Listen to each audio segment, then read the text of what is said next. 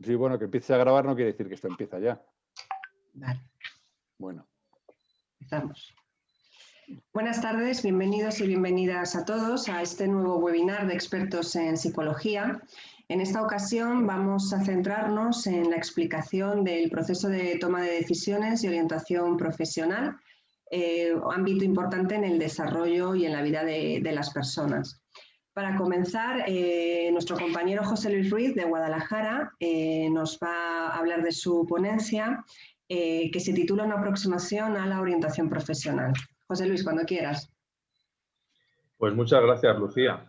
Buenas tardes a todos y bueno, me han pedido los compañeros que aquí inicie un poquito y que dé unas líneas generales de lo que es la orientación y creo que puedo hacerlo más o menos porque a lo largo de mi vida, pues además de ser psicólogo clínico, pues he trabajado en recursos humanos, he trabajado también como técnico de empleo y orientación profesional en una institución pública que fue el Ayuntamiento de Guadalajara. Y bueno, creo que puedo aportar en base a esa experiencia pues algún conocimiento. La orientación laboral, la orientación profesional que hemos puesto hoy en el título de la ponencia, digamos que como psicólogo una persona hace muchas cosas. Hace por escuchar a quien tiene delante, hace por organizarle la vida cuando no la tiene muy organizada, por validarle, por estudiar su situación, por hacer informes. Pero yo creo que la función principal que tiene un psicólogo en su labor profesional tiene muchísimo que ver con la orientación. Y entonces en la orientación se plantean dos tipos de formas de orientarse en la vida. Hay personas que se orientan en una dirección y hay personas que se orientan en varias direcciones. Está claro que en una situación concreta, como personas que somos, pues de una manera funcionaremos bien y en otras situaciones no lo haremos tanto, ¿no? Pero pasa la página, por favor. Es fundamental que para estar orientados estemos centrados en aquello que queremos conseguir, lo que llamamos el logro, o aquello que queremos conservar. Cuando no es esa situación la que se da, cuando no nos orientamos en la dirección del logro o de la conservación, pues probablemente estemos desorientados y entonces vamos hacia el fracaso, no logrando lo que queremos o perdiéndolo, o estableciendo situaciones de evitación, de escape, o incluso ya en el extremo de no evitación y de no escape. Ahí pone escape, pero sería no escape. Con lo cual se producen situaciones en la desorientación, donde se dan frustraciones, se dan simplemente alivios, que muchas veces se confunden con la satisfacción, y a la postre se produce indefensión. Pasa. Cuando una persona, como cualquiera de nosotros que somos profesionales de la orientación, nos enfrentamos a orientar a una persona, pues en general queremos saber el grado o establecemos el grado en el que una persona se encuentra, es decir, desde qué posición parte. También queremos saber hasta dónde quiere llegar o cuál sería, digamos, su estado, su orientación al logro que quiere conseguir, que quiere conservar. Tenemos que ver también el grado de motivación y si nos centramos en una búsqueda, por ejemplo, de una profesión, de un trabajo, pues es muy importante saber también cuál es la situación del mercado, cuáles son las competencias con las que una persona se acerca al mercado, cuáles son los medios que tiene para comunicarse en ese mercado, cuáles son la estimación de coste y beneficio que cuesta, digamos, caminos que puede emprender para conseguir las cosas. Y por supuesto también una buena orientación tiene que ver con acompañar en la acción, en las acciones que la persona hace, en su aprendizaje, en las emociones que tiene. Casi siempre a veces son frustrantes, a veces son esperanzadoras. Entonces hay que acompañar a la persona en esas situaciones. y siempre hay que intentar también, como buenos profesionales, mejorar las competencias de la persona. Pasa, por favor. La otra. La otra. Y entonces nos aproximamos a... Es que no sé si había otra antes. No sé. Bueno, es igual. Sí, ahí abajo. Dale de anterior. Vale. Bueno, quería leer esta parte de abajo, y es que en los organismos públicos, en las asociaciones que trabajan a la orientación laboral, pues todas estas entidades, a mi juicio, solo aportan soluciones que son estándar, soluciones que valen para todos, pero al mismo tiempo no valen para nadie. Si buscar trabajo, si ubicarte en el mercado tiene que ver con algo, es con el marketing, con la capacidad de ponerte en ese mercado, de promocionarte. Si todo el mundo hace lo mismo, se produce un efecto, y es que no se produce algo que es esencial en el marketing, que es la diferenciación. Y entonces es fundamental que las opciones que emprendamos pues sean personalizadas. Pero eso no lo están haciendo las instituciones que ahora mismo se encargan del empleo. Y por eso el SEPE o los ayuntamientos son solo responsables de entre el 3 y el 5% de los trabajos que se consiguen. Ahora ya sí pasa. ¿Y por qué pasa? Esa es la anterior. A ver, esa. Entonces, nos orientan desde estas instituciones, por ejemplo, en que tenemos que hacer un currículum, como el que vemos aquí, que ocupe una página. Pero realmente, entonces, ¿dónde está la diferenciación? Si todos entregamos un currículum que ocupa una página, ¿cómo nos podemos diferenciar? Pues es muy complicado. Nos dicen que vayamos presentados, pasa a la siguiente, de una determinada manera hacer las entrevistas, y al final eso no produce la diferenciación que se pretende. Es fundamental, por tanto, establecer una estrategia, y esa estrategia de aproximación al mercado pues tiene que tener algunas características. Ahí las características inteligentes de cualquier estrategia, de cualquier acción orientada al mercado, pues es marcarte una estrategia, unos objetivos que sean específicos, que se puedan medir, que sean pertinentes, relevantes y que estén calendarizados. Pasa a la siguiente. Y muchas veces cuando uno se enfrenta a la búsqueda de empleo, pues se produce una paradoja, y es que uno se enfrenta a esa búsqueda en estado de necesidad. Y claro, la necesidad y la urgencia no suele ser buena consejera para establecer la mejor estrategia, porque esa estrategia es prácticamente de huida y no de logro o de mantenimiento o conservación que decíamos antes. Entonces, para afrontar realmente de un modo exitoso la búsqueda de empleo, no deberíamos partir desde una necesidad imperiosa de buscar el empleo, sino al menos de una situación de seguridad y de confort. Ahí tenéis una pirámide que se llama la pirámide de Maslow, que es muy famosa en recursos humanos desde hace muchos años y muchos psicólogos la utilizamos recurrentemente, que viene a decir que lo primero que tiene que satisfacer una persona son sus necesidades básicas, después las de seguridad y confort, y a partir de ahí uno va camino de su autorrealización. Pues yo digo exactamente lo mismo aquí. Si tú quieres afrontar una búsqueda de empleo correcta, en condiciones y que sea lo más beneficiosa para ti, al menos tienes que partir de una situación de seguridad y confort, para que las prisas no sean malas consejeras. Y es muy importante, ya si cabe, ya no solo partir de esa seguridad, sino pertenecer a grupos, tener relaciones. Imaginaos ya si encima tenemos el reconocimiento de la gente, pues entonces si pertenecemos a grupos y la gente nos reconoce, prácticamente la búsqueda de empleo viene por sí misma.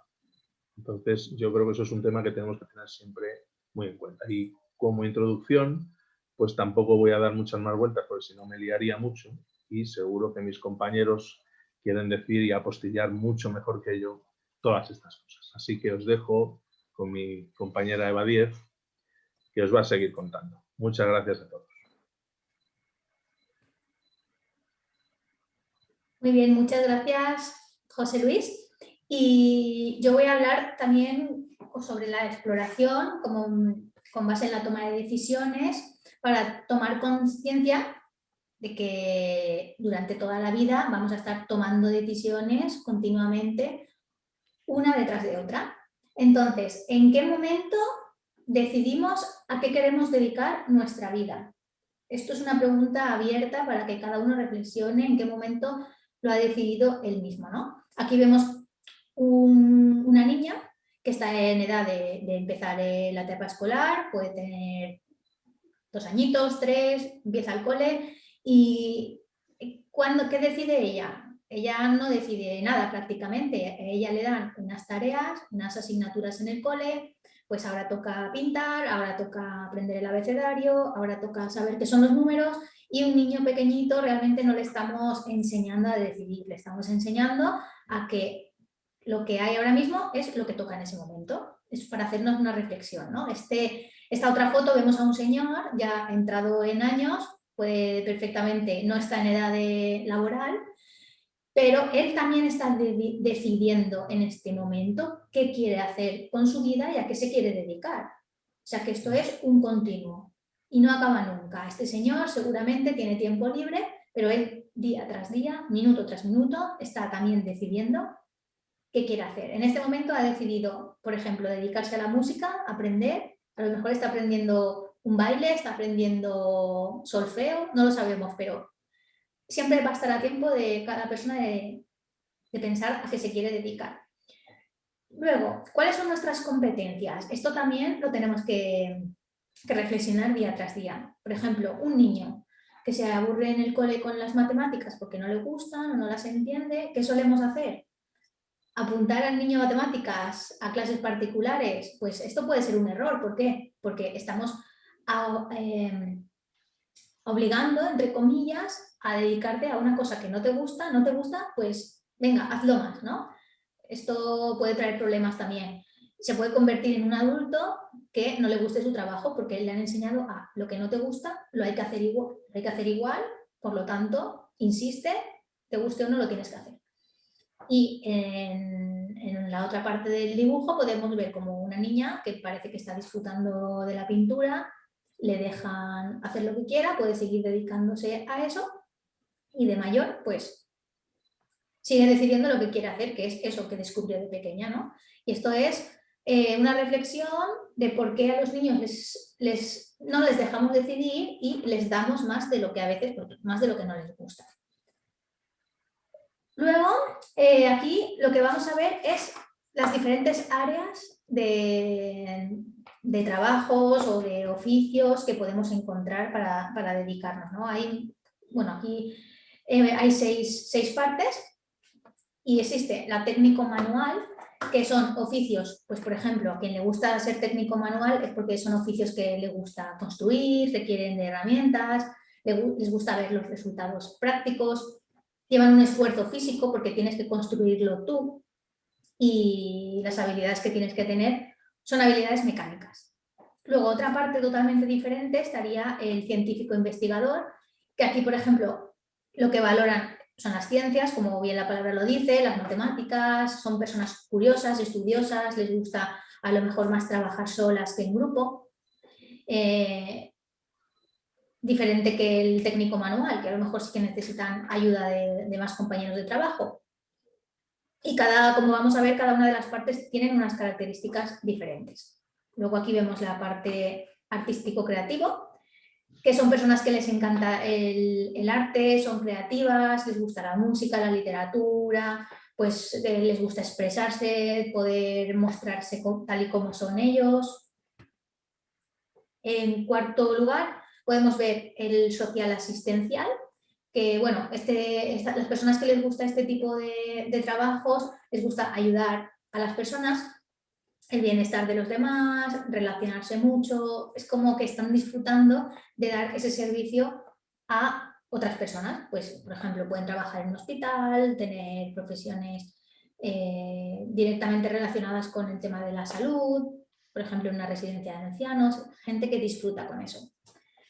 Luego, otra de las partes es la empresarial y persuasivo, que aquí es como más para los emprendedores, ¿no? Gente que dice, quiero probar cosas nuevas y quiero convencer a la gente de que esto les interesa. Son gente de negocios, pues se ven hábiles convenciendo, manejando su discurso, quieren ser líderes también, les gusta llevar un equipo, convencer de lo que les conviene a los demás, que está muy bien, pero no se parecen nada, como os dais cuenta, a todas las demás. Y por último, oficina administración, que son personas que son muy organizadas, les encanta, por ejemplo, tener todo controlado, disfrutan tanto con las palabras como con los números, les gusta mucha variedad, pero a la vez pues valoran también el que todo esté bien correcto, bien hecho. Les gusta el prestigio también, porque es como que haces una tarea y la ves bien terminada, como tú querías, más cuadriculado, ¿no? Como debería ser. Mira, justamente está opuesto al artístico creativo, que está ahí por algo, y son personas muy metódicas. ¿Qué vemos aquí? Que hay como 6 partes muy diferentes, pero cada uno puede pensar, sí, yo tengo un poco de todos, puede ser, por supuesto que puede ser. Aquí se trata de no clasificar, esto simplemente es para que veamos que hay diferentes áreas a las que nos podemos dedicar. Muchas veces, si tú tienes un trabajo en el que estás tú solo, por ejemplo, un autónomo, puedes decir, sí, yo necesito ser administrativo, necesito hacer las cosas manuales, también tengo que ser creativo, tengo que persuadir a la gente y tengo que servir. Sí, puedes tener de todo, pero esto sirve simplemente como una orientación de cómo soy yo. Y ahora vamos a ver en cuanto a los intereses, porque una cosa es qué me gusta, otra cosa es en qué me gusta trabajar, otra cosa muy diferente es qué habilidades tengo y otra cosa muy diferente es cómo soy yo. O sea, son cosas que si todas llegan a la misma conclusión, ideal, porque te vas a estar dedicando a lo que te gusta, a cómo eres tú, o sea, se va a mezclar todo y eso va a fluir estupendamente. Pero hay veces que dices, mira, a mí me gusta ser muy creativo y me encanta imaginar cosas, me encanta escribir un título de algo, me encanta escribir una obra de teatro. ¿Pero en qué me gusta trabajar? Pues mira, a mí me gusta trabajar con un horario, porque mi vida ahora mismo no me permite trabajar en cosas artísticas, que me viene la inspiración por la noche y me tengo que levantar, ¿no? Por ejemplo, pues esto hay que tenerlo en cuenta. ¿Y qué habilidades tengo? Si una persona es muy buena en matemáticas, muy buena, hasta el punto de saber hacer cosas de memoria, que todo le fluye, que es muy investigador, pero si a mí lo que me gusta realmente es dedicarme a pintar cuadros, por ejemplo, pues yo decido todo el rato. Lo que se me da bien no tiene por qué ser lo mismo a lo que yo quiero trabajar. Y el cómo soy para mí es la más importante, porque el cómo soy, además de que nosotros vamos cambiando según van pasando los años de nuestra forma de ser por las situaciones que nos han ido sucediendo. Por ejemplo, yo soy de una forma porque voy con un grupo de amigos. Es innegable. Y a mí me ha podido suceder un acontecimiento vital que yo cambie de forma de ser y ahora me guste hacer otra cosa, porque me estaba dando cuenta, por ejemplo, que mi trabajo era muy de oficina, siempre estaba haciendo lo mismo, todos los días tal, y ahora lo que quiero es que cada día me suceda una cosa diferente, por ejemplo, ¿no? Yo soy así, pero dentro de unos años puedo ser de otra forma. Y dentro de 20 años, por las experiencias que yo he vivido, puedo ser de otra forma y no pasa nada, todo es válido. Y esto no tiene nada que ver con a qué me estoy dedicando. Para que lo reflexionemos. Y con esto acaba mi intervención y doy paso al siguiente compañero. Muchas gracias.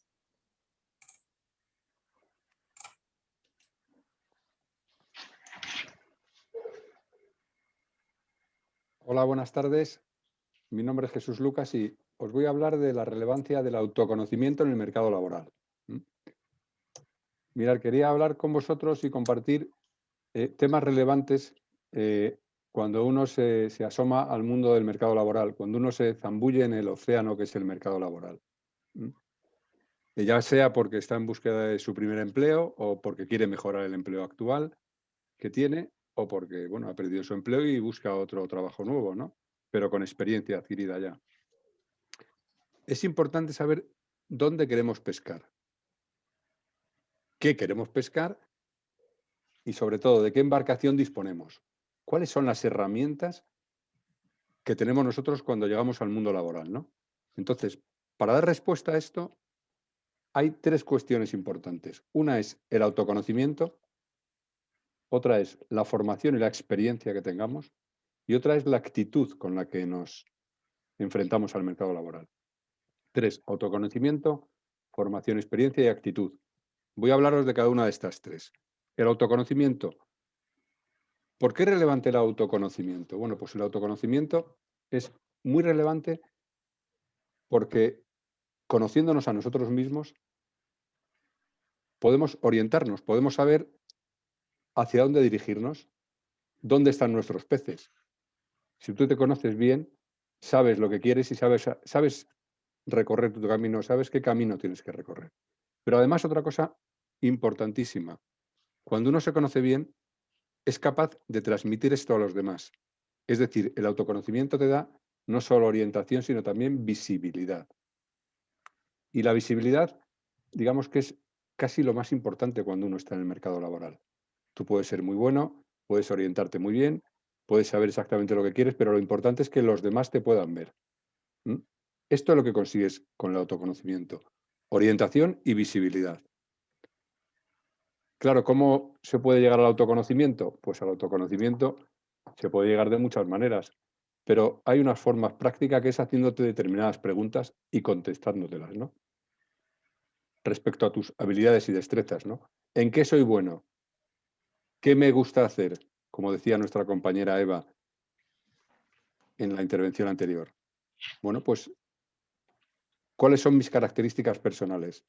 ¿Cuál es mi conducta social? ¿Cómo me relaciono yo con los demás? ¿Soy de las personas que me gusta trabajar en equipo? ¿Soy un solitario que prefiero tomar mis propias decisiones y hacer yo las cosas? ¿Prefiero que me manden? ¿Cómo gestiono mis emociones? ¿Soy muy sensible a lo que piensan los demás, a lo que sienten, a lo que dicen? Es importante saber dónde se sitúa uno en cuanto a su gestión emocional también para saber qué tipo de trabajo le gustaría a uno. Y luego importante también la capacidad resolutiva. ¿Cómo afronto los conflictos? ¿Y cómo los soluciono? Si das respuesta a estas preguntas y reflexionas sobre esto, puedes tener un mapa bastante claro de cómo eres, de hacia dónde ir y de cómo hacer para que los demás lo sepan. Esto en cuanto a la parte del autoconocimiento. Vamos con la formación y la experiencia.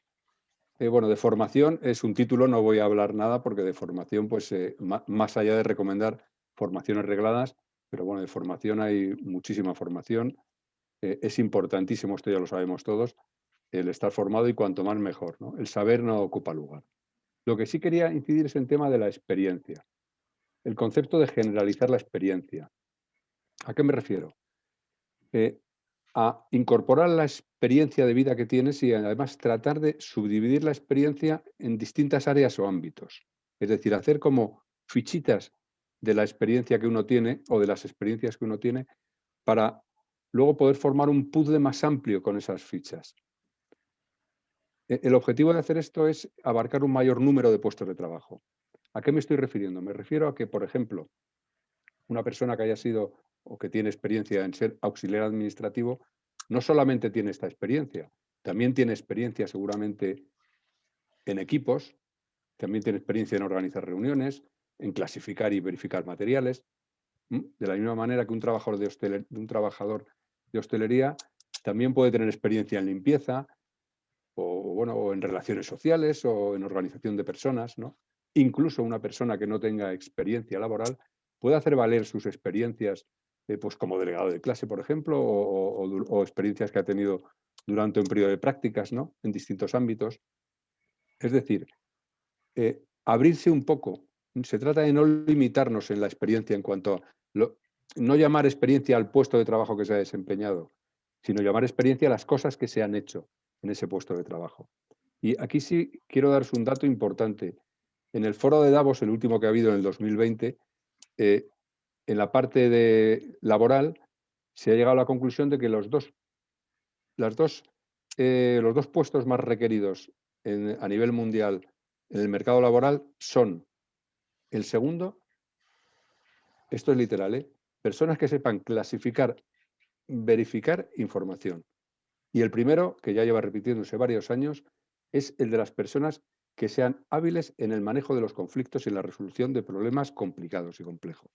Como veréis, no se refieren a profesiones, se están refiriendo a pequeñas fichas de un puzzle, cosas que cada uno sabe hacer. De ahí la importancia de no limitarse y de abrir el abanico de posibilidades que cada persona tiene cuando está en el mercado laboral. Y por último, quería, ya para terminar, hablaros de la actitud. Mi gran amiga y nuestra gran amiga, la actitud, ¿no? Que ya sabemos que tiene un efecto multiplicador sobre todas nuestras tareas, como pone ahí. A ver, la actitud es como el motor en nuestra lancha, ¿no? Seguramente en este viaje que hacemos por el mercado laboral sería muy romántico y muy idílico ir en un velero, ¿no? Es muy, muy bonito. Pero desde luego es poco operativo. Necesitamos un motor. Necesitamos ir en un barco que nos lleve rápido al caladero que queremos ir y además que lleguemos allí en condiciones. Y ese motor no es otro que la actitud. Que la actitud, que es el gran motor, es la gran motivación, ¿no? La actitud se operativiza en una formulita que circula desde hace tiempo por ahí, que es bastante ingeniosa y que yo no me he resistido a poner en esta diapositiva para volver a contarla, ¿no? Y es la siguiente: el valor que una persona puede tener, en este caso en el mercado laboral, sería igual a los conocimientos más las habilidades que tenga, es decir, la formación más la experiencia, multiplicado por su actitud. ¿Esto qué quiere decir? Que si uno tiene conocimientos y experiencia por un valor de 10, si tiene una actitud normal, pues tiene un 1, 10 por 1 es 10. Si tiene una actitud muy buena, pues a lo mejor tiene un valor de 15, porque 10 por 1,5 es 15. Si tiene una actitud regular, no muy buena actitud, pues un 0,5, ¿no? Y entonces bajas tu valor porque 10 por 0,5 es 5. O si tiene una pésima actitud y está en su casa esperando a que los demás le solucionemos la vida y que el trabajo le llegue a casa, pues tiene una actitud de 0, pues cualquier número multiplicado por 0 es 0. Por eso es súper importante la actitud también. Estos son los 3 temas que os quería comentar: autoconocimiento, actitud y formación y experiencia, y sobre todo ampliar la experiencia. Y antes de despedirme, sí quería comentaros que es importantísimo mostrar todas nuestras capacidades y aparentar todo lo que podamos. No aparentar cosas que no somos, ojo, pero sí aparentar todo lo que sí somos. Es importantísimo que cuando vayamos al mercado laboral veamos que los demás vean todo lo bueno que hay en nosotros. Ya me despido, le paso ahora la palabra a nuestra siguiente ponente, nuestra compañera experta Lucía, que nos va a hablar desde Madrid. Lucía, cuando quieras. Muchas gracias, Jesús. Bueno, pues efectivamente, el título de mi ponencia es Gestión emocional en la toma de decisiones en la orientación profesional. Nosotros como psicólogos, muchos de nosotros psicólogos sanitarios, clínicos, la gestión emocional es la esencia, ¿no? del proceso terapéutico. Como ha dicho mi compañero anteriormente, mi compañero Jesús, el autoconocimiento, el darnos cuenta de cómo funcionamos, es la base sobre la que pivota la terapia, pero efectivamente a partir de ese autoconocimiento surgen la identificación de las emociones, ¿no? Somos seres humanos, seres vivos que sentimos, percibimos sensaciones y emociones. Las emociones, o mejor dicho, en el trabajo se activan una serie de emociones positivas, negativas, y la gestión emocional se convierte en la clave, en la estrategia esencial para poder desarrollarnos a lo largo de nuestra vida laboral de la mejor manera posible. Por tanto, entendemos que la gestión emocional es una variable transversal en el proceso de toma de decisiones. Como veíamos, efectivamente, el autoconocimiento es previo, digamos, a la gestión emocional, y en el ámbito laboral la motivación, es decir, hacia dónde nos vamos, hacia dónde nos movemos, es esencial en el trabajo, ¿no? En el ámbito laboral. Tenemos que cuestionarnos, por tanto, desde dónde nos estamos posicionando, qué estamos sintiendo y hacia dónde vamos, ¿no? Para poder sobrevivir a unas circunstancias muchas veces altamente estresantes. Cuando nos vemos en una situación donde tenemos que tomar decisiones, el propio proceso de toma de decisiones es un proceso que activa mucha incertidumbre, teniendo en cuenta que la alternativa, ¿no? La decisión que vamos a tomar es una alternativa, entre otras tantas, una alternativa la más adecuada en ese momento con la conciencia y los recursos que tenemos.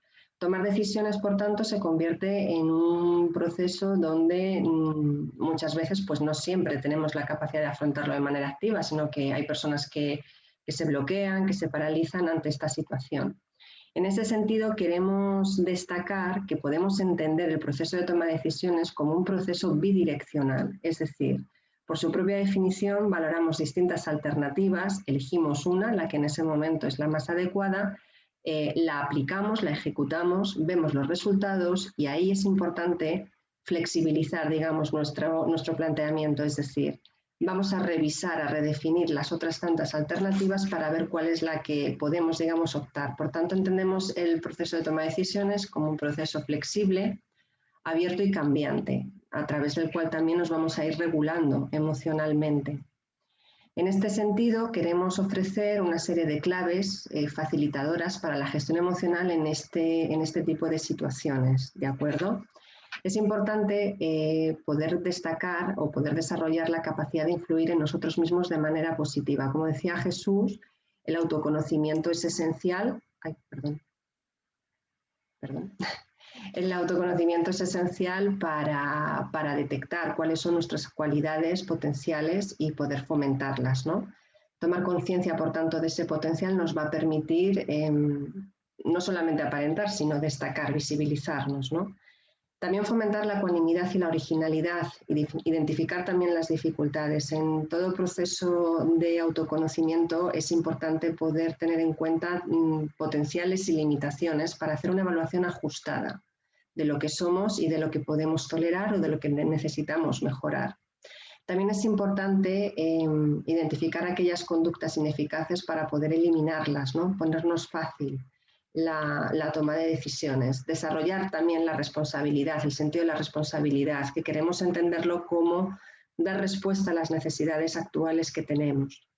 Manejar la exigencia, mejorar el rendimiento, desarrollar la capacidad de esfuerzo e incorporar el aprendizaje progresivo nos va a permitir también afrontar la equivocación como un proceso natural. Tomar decisiones es difícil, pero no tomarlas también supone un coste.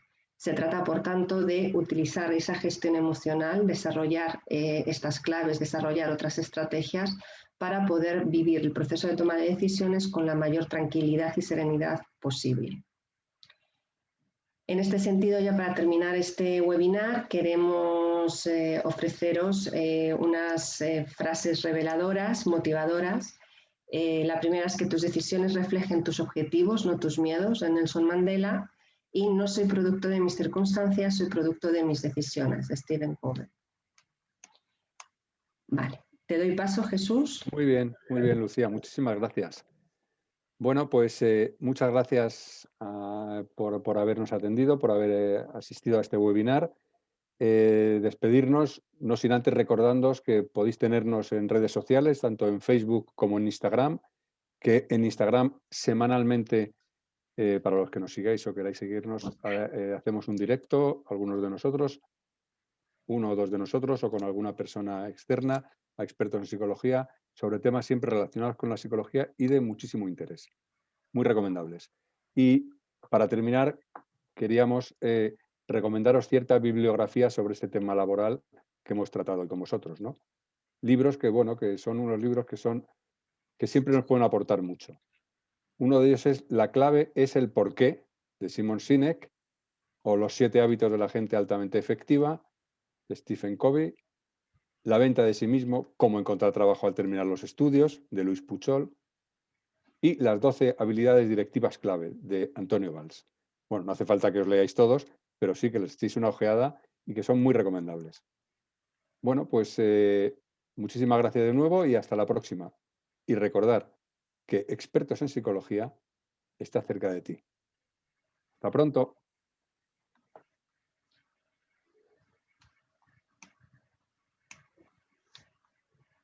Muy bien.